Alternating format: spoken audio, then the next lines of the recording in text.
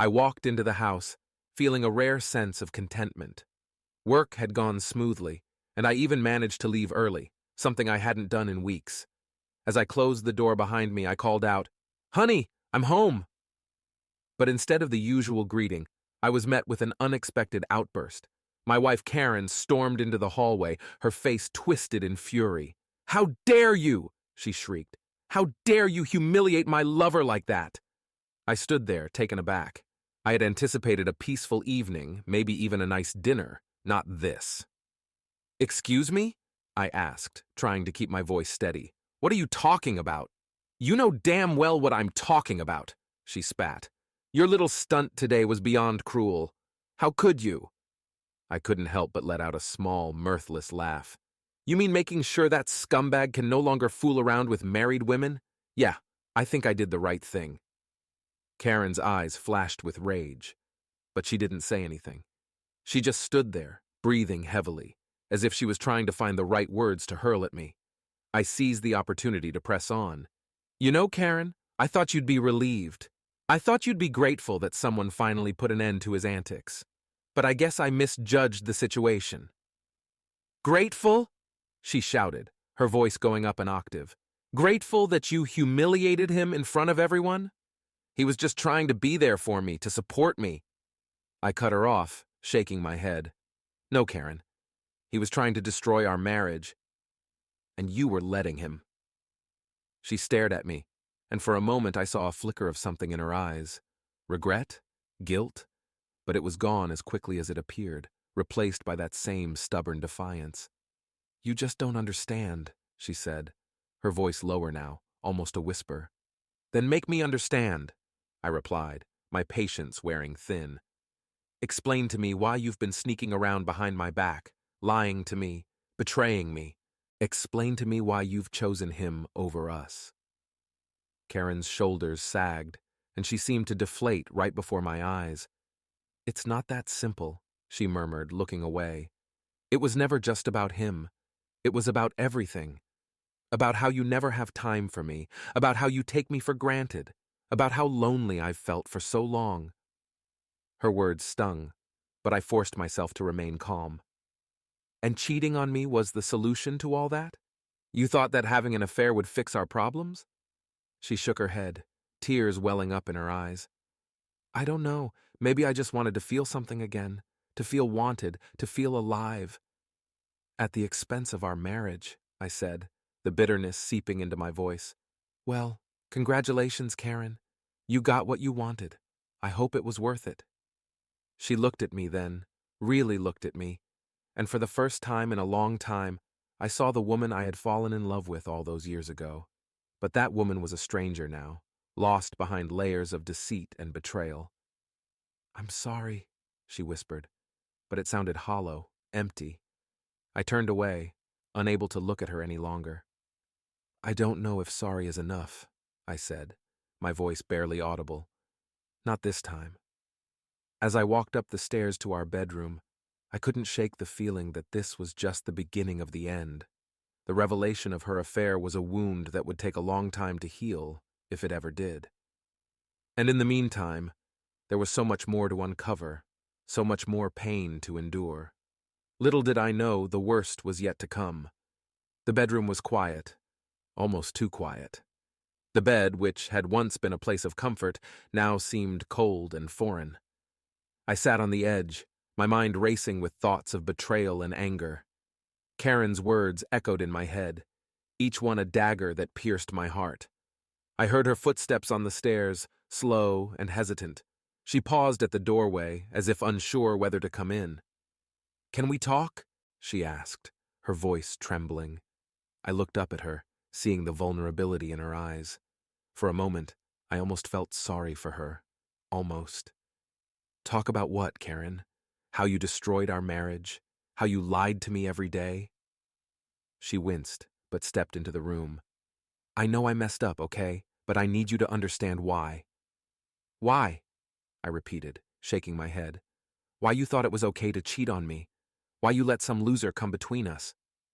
"It's not that simple," she insisted, sitting down on the bed next to me. "I was lonely, Mark. You were always at work, always busy, I felt like I was invisible. So you decided to make yourself visible to him? I asked, my voice dripping with sarcasm. That was your solution? I didn't plan it, she said, her eyes pleading. It just happened. He was there when I needed someone. I felt a surge of anger. And I wasn't?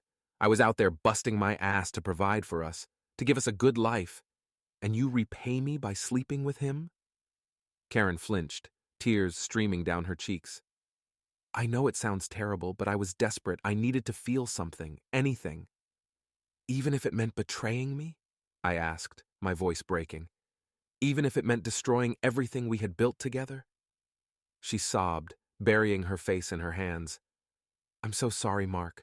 I never wanted to hurt you. I never meant for it to go this far. Well, it did, I said, standing up. And now we have to deal with the consequences. She looked up at me, her face streaked with tears. What are you going to do? I took a deep breath, trying to steady myself. I don't know. I honestly don't know. Just then, the doorbell rang. We both froze, staring at each other. Who could that be? Karen whispered, her voice filled with fear. I walked to the window and peeked outside. My heart sank when I saw who it was. It's him, I said, my voice cold. Your lover. Karen's eyes widened in panic. What is he doing here? I have no idea, I replied, turning to face her. But we're about to find out. I marched downstairs, Karen trailing behind me. I threw open the door, and there he was, looking just as smug as ever. What do you want? I demanded.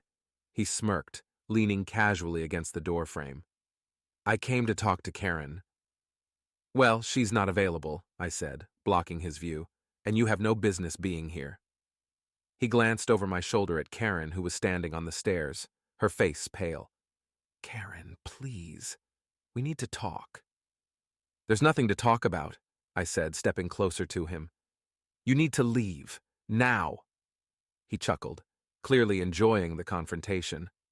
Why don't you let Karen decide that?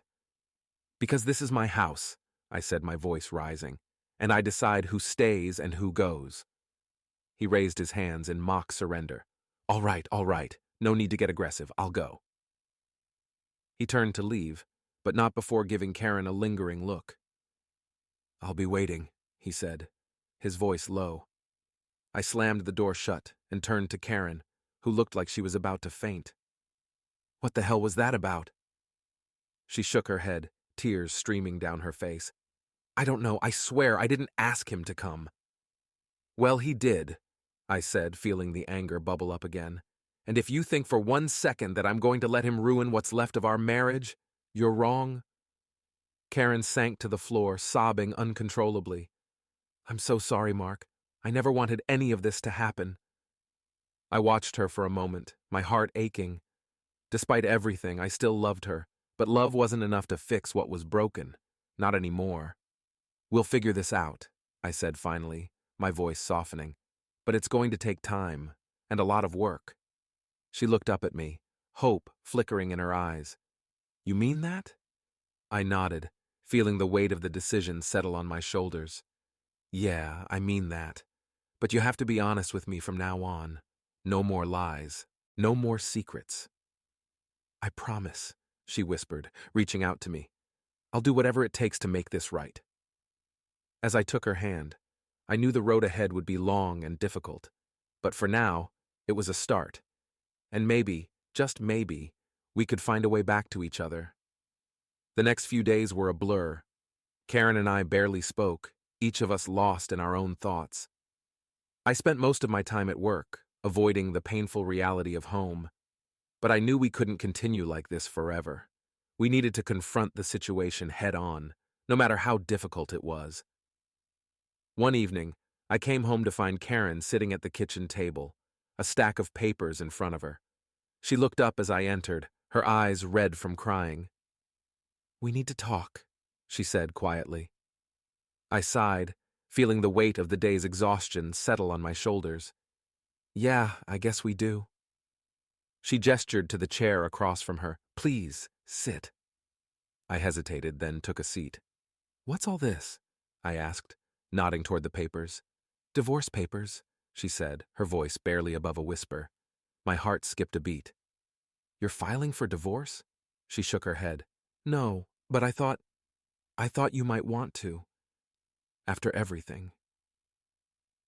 I stared at the papers, the reality of the situation hitting me like a ton of bricks. Karen, I don't want a divorce. Not yet, anyway. But things can't go on like this. She looked relieved, but also confused. Then what do you want? I want honesty, I said firmly. I want to know everything that's been going on. No more lies, no more secrets. She nodded slowly. Okay, I'll tell you everything. I leaned back in my chair, crossing my arms.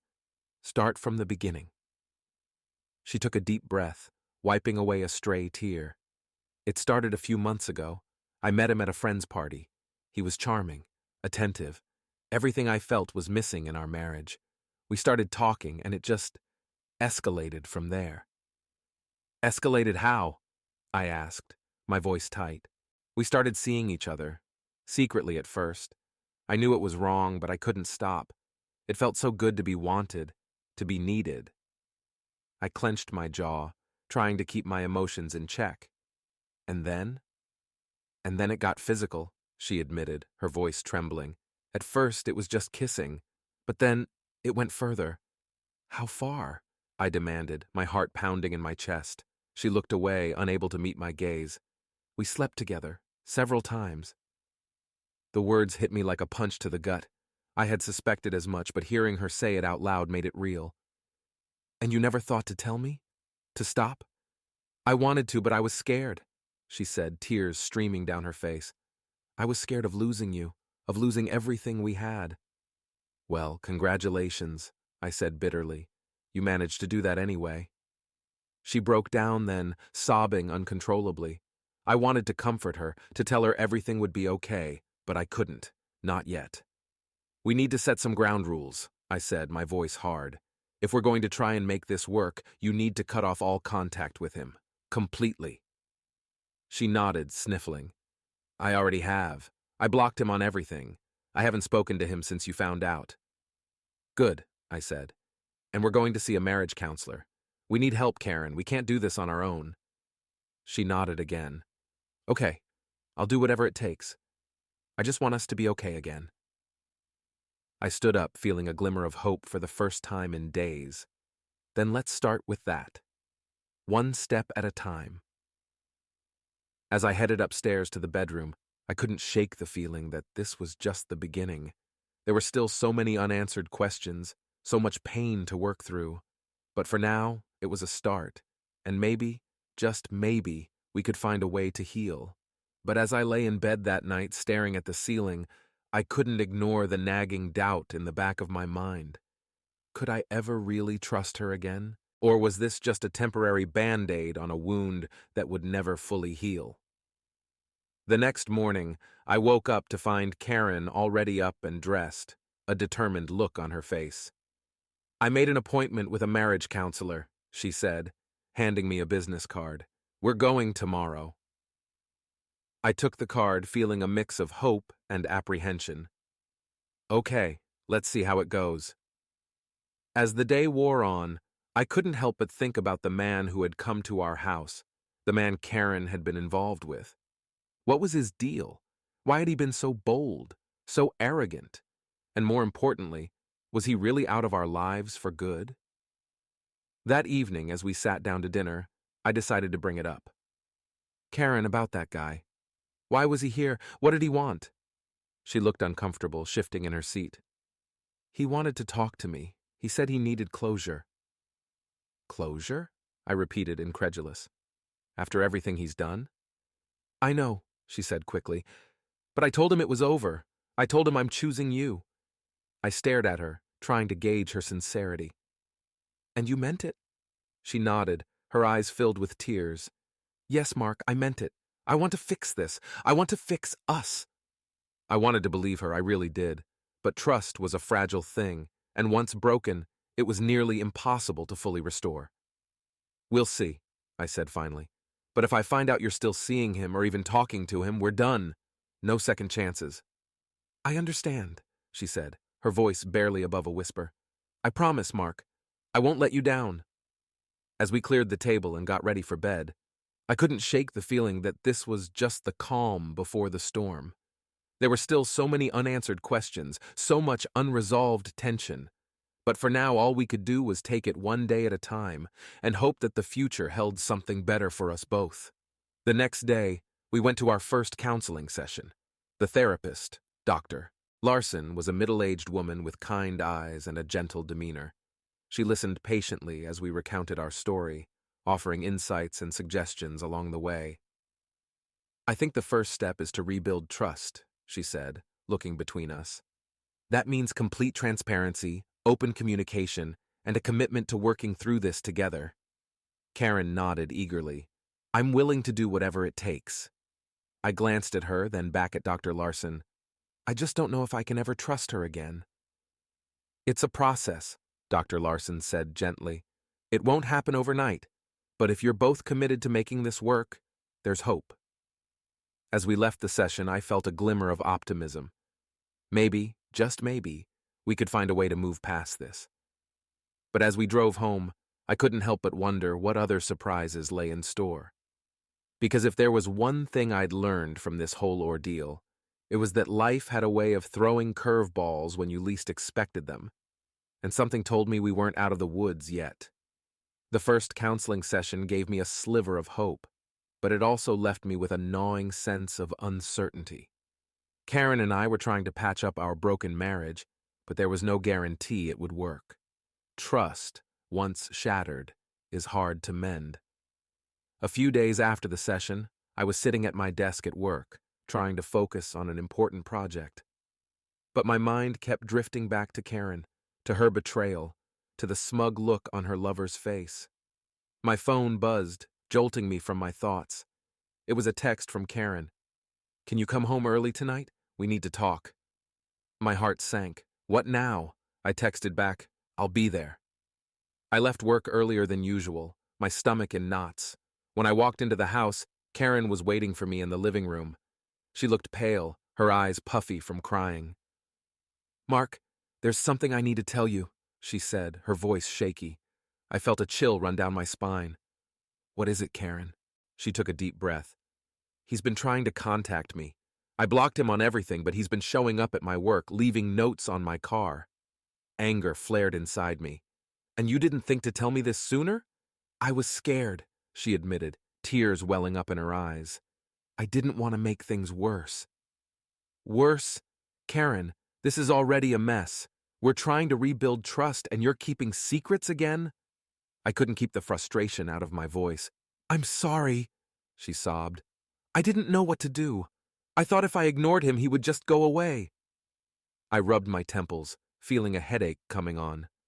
Ignoring him clearly isn't working. We need to deal with this. How? She asked, desperation in her voice. We'll get a restraining order if we have to, I said firmly. But you need to promise me that you'll tell me everything from now on. No more hiding things. I promise, she said, her voice barely above a whisper. Just then, the doorbell rang. We both froze. Who could that be? Karen whispered. I walked to the door, my heart pounding. I peered through the peephole and saw a police officer standing on the porch. I opened the door, a sense of dread washing over me. Can I help you, officer? Mr. Thompson? He asked, looking at me with a serious expression. Yes, that's me, I replied. We received a call about a disturbance at this address. Is everything all right? I glanced back at Karen, who was standing in the hallway looking terrified. Yes, everything's fine. I'm not sure who called. The officer nodded. We've had several reports of a man loitering around your property. We just wanted to make sure everything is okay. My heart sank. That must be him, my wife's ex-lover. He's been harassing her. We can file a report and keep an eye on the area, the officer said. If he shows up again, give us a call immediately. Thank you, I said, feeling a mix of relief and frustration. As the officer left, I turned to Karen. We need to get serious about this. He's not going to go away on his own. She nodded, wiping away tears. I know. I'm so sorry, Mark. We'll handle this, I said, trying to reassure her, even as I felt my own resolve wavering. We'll get through it. Over the next few days, we filed a report with the police and talked to a lawyer about getting a restraining order. But even as we took these steps, the tension between us continued to grow. The strain of dealing with her lover's harassment, on top of trying to rebuild our shattered trust, was taking its toll. One night, as we were getting ready for bed, Karen looked at me with a troubled expression. "Mark, there's something else I need to tell you." I felt a sense of dread. "What is it now, Karen?" She hesitated, then said, "I've been feeling really sick lately. I thought it was just the stress, but I think I might be pregnant." Her words hit me like a ton of bricks. I stared at her, unable to process what she was saying. "Pregnant? Are you sure?" "I'm not sure," she said, tears streaming down her face. "But I need to take a test." My mind was reeling. If she was pregnant, whose baby was it? The thought was too much to bear. "We'll deal with this," I said, my voice sounding hollow even to my own ears. "We'll take the test and figure it out." The next morning, Karen took a pregnancy test. I waited anxiously in the living room, my heart pounding. When she finally came out of the bathroom, she was holding the test, her hands shaking. "It's positive," she whispered, her voice filled with fear. I felt a wave of emotions crash over me. Anger, betrayal, confusion. "We need to see a doctor," I said, trying to keep my voice steady. "We need to find out how far along you are." Over the next few days, we went to appointments, talked to doctors, and tried to piece together a timeline. The uncertainty was agonizing, and through it all, her lover continued to hover on the edges of our lives, a constant reminder of her betrayal. One evening, after another tense day of appointments and conversations, Karen and I sat on the couch, exhausted. "I'm so sorry, Mark," she said, her voice breaking. "I never wanted any of this to happen." "I know," I said, feeling a mix of anger and pity. "But we're in this mess now, and we have to deal with it." As we sat there, the weight of our situation pressing down on us, I couldn't help but wonder if our marriage could survive this. The road ahead seemed impossibly long and fraught with obstacles. But for now, all we could do was take it one day at a time and hope that somehow we could find our way through the darkness.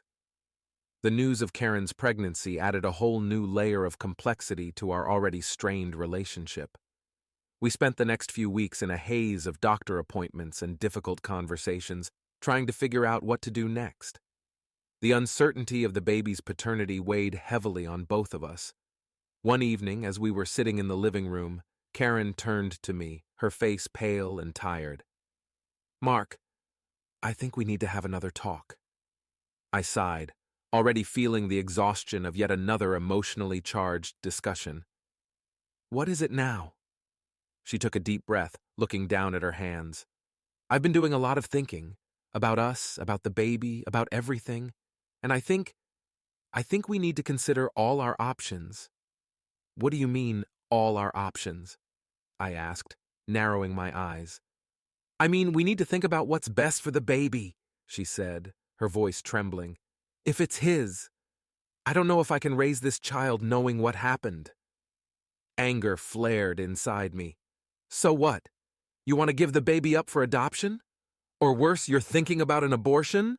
"I don't know, Mark," she cried, tears streaming down her face. "I don't know what to do. I'm scared and confused, and I just want to do what's right." I stood up, pacing the room. "What's right? What's right is that we face this together, no matter what. We're in this mess because of your choices, and we have to deal with the consequences." She looked up at me, her eyes filled with sorrow. "I know I made a terrible mistake, but I can't change the past. All I can do is try to make things right now." "And how do you propose we do that?" I demanded, my voice rising. "Because right now, it feels like we're drowning in problems with no way out." "We could get a paternity test," she suggested quietly. "Then we would at least know for sure."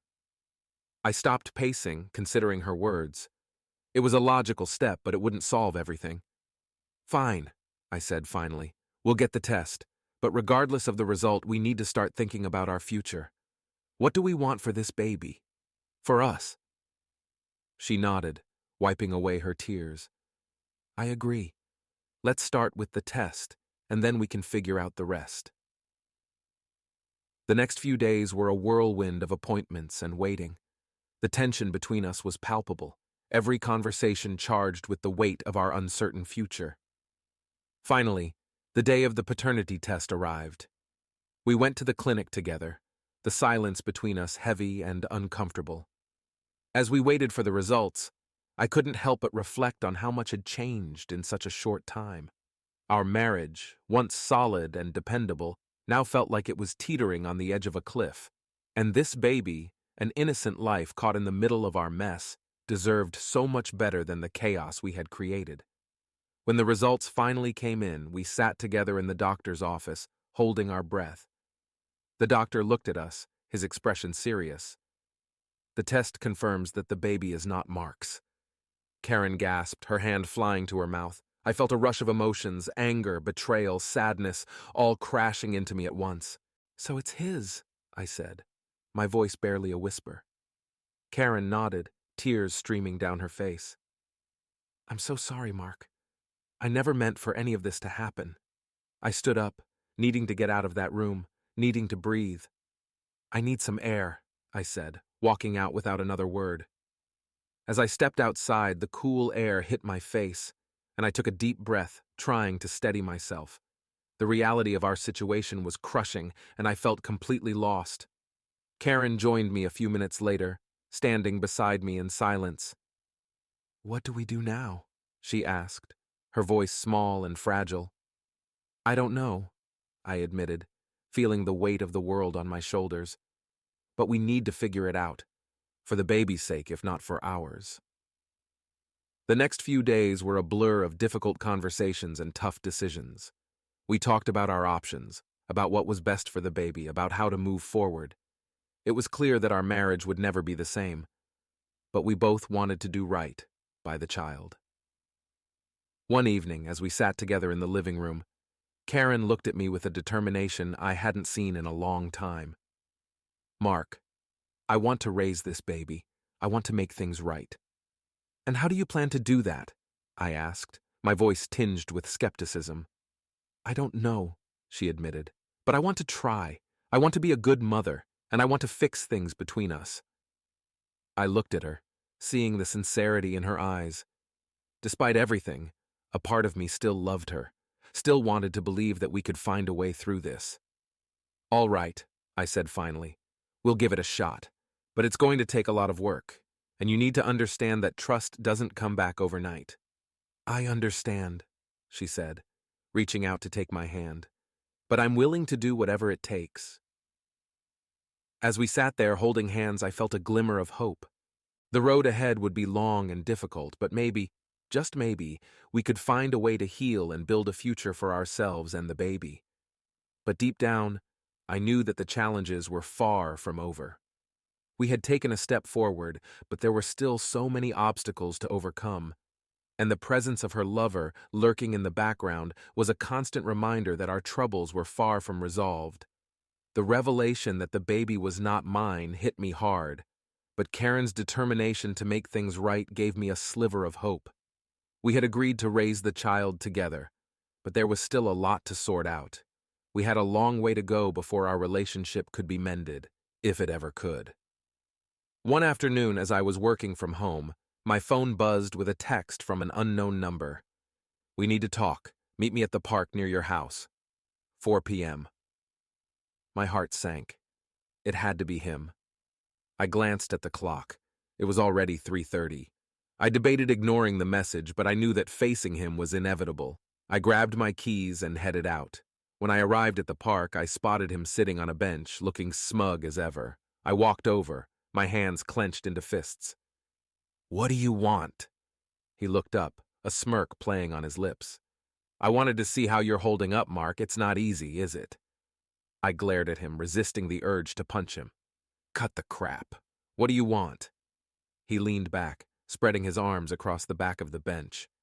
I want to make sure Karen and the baby are taken care of. They're my responsibility now, I said through gritted teeth. You're not part of this. He chuckled, shaking his head.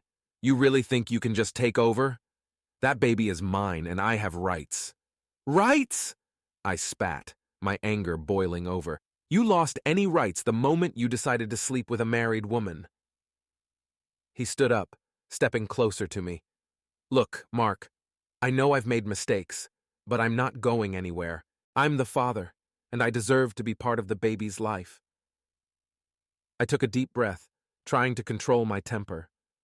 You're not welcome in our lives. Stay away from Karen and the baby, or I swear I will do everything in my power to keep you out. He smirked again, his confidence unshaken. We'll see about that. You can't keep a father from his child. I turned and walked away, not trusting myself to stay calm any longer. As I left the park, I felt a mix of frustration and fear. This man, this intruder in our lives, was not going to go away quietly. When I got home, Karen was waiting for me, worry etched on her face. What happened? You look upset. I told her about the meeting, about his insistence on being part of the baby's life. She looked pale, her hands trembling. What are we going to do? We'll talk to the lawyer, I said, trying to sound confident. We'll figure out how to keep him away. Karen nodded, but I could see the fear in her eyes. This wasn't just about us anymore. It was about protecting our future, our family. The next day we met with our lawyer. He explained the legal options, but none of them were foolproof. You can file for a restraining order, but it might not be granted unless he poses a clear threat. As the biological father, he does have rights. It's going to be a complicated fight. I felt a wave of frustration. Nothing was easy. What do we do in the meantime? Document everything, the lawyer advised. Every interaction, every threat. Build a case and be prepared for a long battle. As we left the lawyer's office, I felt the weight of our situation pressing down on me. Karen squeezed my hand, her eyes pleading. We'll get through this, right? I nodded, though I wasn't entirely sure. Yes, we will, but it's going to take everything we've got. The following weeks were tense.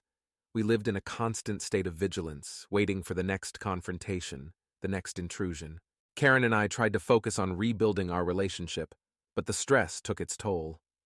One evening, as we were sitting on the couch, Karen turned to me, tears in her eyes. Mark, I need to tell you something. I braced myself for more bad news.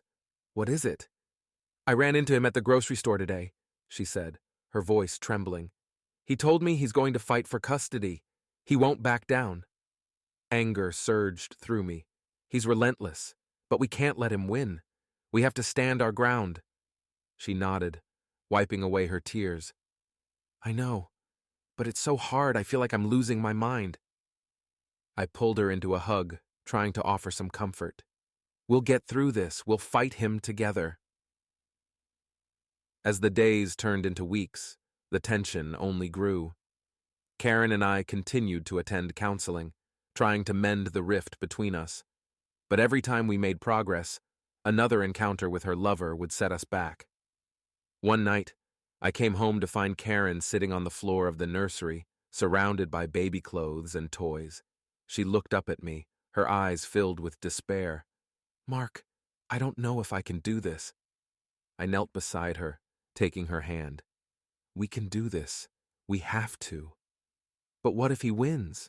What if he takes the baby away from us? She whispered, her voice breaking. I squeezed her hand, trying to reassure her. We won't let that happen. We'll fight with everything we have. The next day, I received a call from our lawyer. Mark, I have some news. He filed for custody. I felt a cold chill run down my spine. What do we do now? We fight, the lawyer said firmly. We gather evidence, we build our case, and we fight him in court. As I hung up the phone, I felt a sense of dread. The battle was just beginning, and it was going to be a long, hard road. But I knew we had to do whatever it took to protect our family. Karen and I spent the next few days preparing for the legal battle ahead. We documented everything, gathered evidence, and met with our lawyer regularly. The stress was overwhelming, but we had no choice but to push through. One evening, as we were sitting at the kitchen table, Karen looked at me with a determined expression. Mark, we need to do something drastic. I frowned, unsure of what she meant. What do you mean? She took a deep breath. We need to move, start fresh somewhere else, away from him. The idea was both terrifying and appealing. You think that will solve our problems? It might not solve everything, she admitted, but it could give us a chance to start over, to rebuild our lives without him constantly hanging over us. I considered her words, feeling the weight of the decision. Moving would be a huge upheaval, but staying felt like a losing battle. All right, I said finally. Let's do it. Let's start fresh. As we began making plans to move, I felt a glimmer of hope. Maybe, just maybe, this could be the fresh start we needed. It wouldn't be easy, but it was a chance to leave the past behind and build a new future together. But even as we packed our things and prepared to leave, I couldn't shake the feeling that the past was not so easily left behind. There were still so many challenges ahead, so many battles to fight, and as long as her lover was out there, our troubles were far from over. Deciding to move was the first real step towards reclaiming our lives. Karen and I packed up our home, each box a symbol of our past and the promise of a new beginning. We found a small house in a quiet town a few hours away, far enough to distance ourselves from him but close enough to maintain our jobs and routine. The move was exhausting, both physically and emotionally. We spent days sorting through our belongings, deciding what to keep and what to leave behind. With each item we packed, it felt like we were leaving a piece of our old life behind, making room for a new chapter. The first night in our new home was eerily quiet. Karen and I lay in bed, the unfamiliar sounds of the house and the neighborhood creating a strange sense of unease. I reached out and took her hand. We'll make this work, I said softly. We have to. She squeezed my hand, her eyes shining with determination.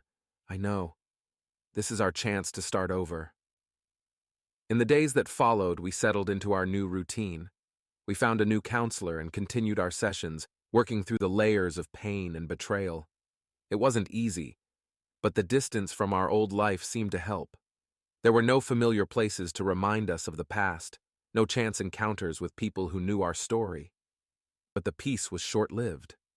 One evening, as we were unpacking the last of our boxes, Karen received a text from an unknown number. She froze, her face going pale. It's him, she whispered. I felt a surge of anger and frustration. What does he want now? She read the message aloud, her voice trembling. I know where you are. You can't hide from me. My heart sank. The thought of him finding us, of him continuing to intrude on our lives, was unbearable. We need to call the police, I said, trying to keep my voice steady. We filed a report and contacted our lawyer, who reassured us that the restraining order was still in effect. But the fear lingered, a constant shadow over our new beginning. A few days later, we received a letter from the court. He was contesting the restraining order, claiming that he had a right to be involved in the baby's life. The court date was set, and we knew we were in for a tough battle. The weeks leading up to the court hearing were filled with tension and anxiety. Karen and I did our best to prepare, gathering evidence and working with our lawyer. But the stress took its toll. We argued more frequently, the pressure of the situation exacerbating the cracks in our relationship.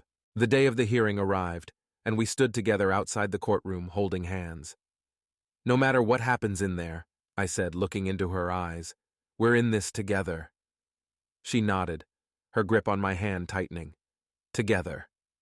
Inside the courtroom, we faced him for the first time since the move. He looked confident, a smug smile playing on his lips. It took all my self-control not to lash out. The hearing was a blur of legal jargon and emotional testimonies. Our lawyer presented our case, highlighting the harassment and the impact on our lives.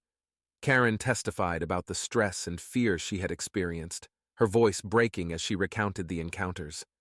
When it was his turn to speak, he played the role of the concerned father, painting himself as a victim who just wanted to be part of his child's life. It was infuriating to listen to, but we had to stay composed. After what felt like an eternity, the judge finally made her decision. She upheld the restraining order, recognizing the pattern of harassment and the potential threat he posed. It was a small victory, but a victory nonetheless. As we left the courtroom, Karen and I felt a mixture of relief and exhaustion. We did it, she said, her voice barely above a whisper. Yeah, I replied, wrapping my arm around her. But this isn't over. We need to stay vigilant. Life gradually returned to a semblance of normalcy. The court ruling gave us some peace of mind, but the fear lingered. We installed security cameras around the house, changed our phone numbers, and made sure to stay alert. One evening, as we sat on the porch, Karen turned to me with a serious expression. Mark, I know this has been incredibly hard, but I want you to know how much I appreciate everything you're doing for us, for the baby. I looked at her, seeing the sincerity in her eyes. I made a commitment to you, Karen, to us, and I intend to keep it. She smiled, a genuine smile that I hadn't seen in a long time. I love you, Mark. Despite everything, I still love you. I love you too, I said, feeling a flicker of hope. We'll get through this, together. The next few months were a period of cautious optimism. Karen and I continued our counseling sessions, slowly rebuilding the trust that had been shattered. The baby was due soon, and we focused on preparing for the arrival, creating a nursery and attending prenatal classes. But just when things seemed to be settling down, an unexpected event threw our lives into chaos once again. One afternoon, I received a call from Karen while I was at work. She sounded panicked. Mark, you need to come home. Now! I rushed home, my heart pounding. When I arrived, I found Karen standing in the driveway, a piece of paper clutched in her hand. What is it? I asked, dread filling my stomach. She handed me the paper, her hands shaking. It was a letter from a lawyer, representing him. He was suing for joint custody of the baby. This can't be happening, I said, my voice filled with disbelief. After everything we've been through, he still won't leave us alone? Karen burst into tears, collapsing into my arms. What are we going to do, Mark? I can't go through this again. I held her tightly, feeling a surge of protectiveness. We'll fight this. We won't let him take our baby. The next few weeks were a whirlwind of legal battles and emotional turmoil. Our lawyer assured us that we had a strong case, but the stress was overwhelming. Karen's health began to suffer, and I worried constantly about the impact on the baby. One night, as we lay in bed, Karen turned to me, her face pale and tired. Mark, I can't do this anymore. The stress is too much. I'm scared for the baby. I stroked her hair, feeling a sense of helplessness. I know, Karen, but we have to keep fighting, for our family. As the court date approached, we prepared ourselves for another battle. We knew it wouldn't be easy, but we were determined to protect our child and our future. The day of the custody hearing arrived, and we stood together outside the courtroom holding hands. No matter what happens, I said, looking into her eyes, we're in this together. She nodded, her grip on my hand tightening. Together. Inside the courtroom, the tension was palpable. Our lawyer presented our case, emphasizing the harassment and the impact on our lives. Karen testified about the stress and fear she had experienced, her voice breaking as she recounted the encounters. When it was his turn to speak, he once again played the role of the concerned father, painting himself as a victim who just wanted to be part of his child's life. It was infuriating to listen to, but we had to stay composed. After what felt like an eternity, the judge finally made her decision. She ruled in our favor, denying his request for joint custody and upholding the restraining order. As we left the courtroom, Karen and I felt a mixture of relief and exhaustion. We did it, she said, her voice barely above a whisper. Yeah, I replied, wrapping my arm around her. But this isn't over. We need to stay vigilant. Life gradually returned to a semblance of normalcy. The court ruling gave us some peace of mind, but the fear lingered. We installed security cameras around the house, changed our phone numbers, and made sure to stay alert. One evening, as we sat on the porch, Karen turned to me with a serious expression. Mark, I know this has been incredibly hard, but I want you to know how much I appreciate everything you're doing for us, for the baby. I looked at her, seeing the sincerity in her eyes. I made a commitment to you, Karen, to us, and I intend to keep it. She smiled, a genuine smile that I hadn't seen in a long time. "I love you, Mark. Despite everything, I still love you." "I love you too," I said, feeling a flicker of hope. "We'll get through this. Together." The next few months were a period of cautious optimism. Karen and I continued our counseling sessions, slowly rebuilding the trust that had been shattered. The baby was due soon, and we focused on preparing for the arrival, creating a nursery and attending prenatal classes. But just when things seemed to be settling down, an unexpected event threw our lives into chaos once again. One afternoon, I received a call from Karen while I was at work. She sounded panicked. "Mark, you need to come home. Now!" I rushed home, my heart pounding. When I arrived, I found Karen standing in the driveway, a piece of paper clutched in her hand. "What is it?" I asked, dread filling my stomach. She handed me the paper, her hands shaking. It was a letter from a lawyer, representing him. He was suing for joint custody of the baby. "This can't be happening," I said, staring at the letter in disbelief. The ink on the paper felt like a taunting reminder that our fight was far from over. Karen's eyes were filled with tears, and I knew we were about to enter the hardest phase of this nightmare. "We have to stop him," Karen whispered, her voice trembling. "We can't let him take our baby." "We won't," I said firmly, pulling her into a tight embrace. "We'll fight this with everything we have." Over the next few days, we worked closely with our lawyer, preparing for the upcoming custody battle. We gathered all the evidence of his harassment and documented every instance where he had tried to interfere in our lives. Our lawyer assured us that we had a strong case, but the fear of losing was always in the back of our minds. The day of the custody hearing arrived, and as we walked into the courtroom, I felt a sense of determination wash over me. We were fighting for our family, and I refused to let this man tear us apart. Our lawyer began by presenting our case, detailing the harassment and the impact it had on Karen's health and our relationship. He emphasized the stability we had built in our new home and the efforts we were making to provide a loving environment for the baby. Karen testified next, her voice steady despite the tears in her eyes. She spoke about the fear and anxiety she had endured, and how she had tried to distance herself from him to protect our family. Her honesty and vulnerability were palpable, and I could see the judge listening intently. When it was his turn to speak, he continued to play the role of the concerned father. He spoke about his desire to be involved in the child's life, portraying himself as a victim who had been unfairly shut out. His performance was convincing, but I hoped the judge could see through his facade.